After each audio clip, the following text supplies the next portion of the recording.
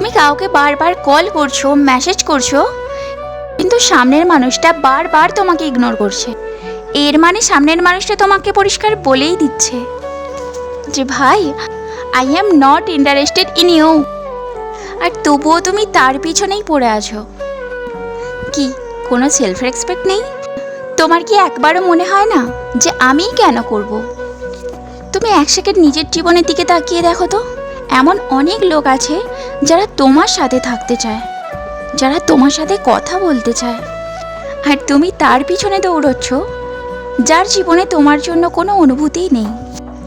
তাহলে একটা কথা মনে রেখো, যেখানে তোমার সম্মান নেই, তোমার প্রায়োরিটি নেই, সেখানে তুমি জোর করে যেও না। কেননা তুমি যদি ভিক্ষে করো তাহলে তুমি ভিক্ষেই পাবে।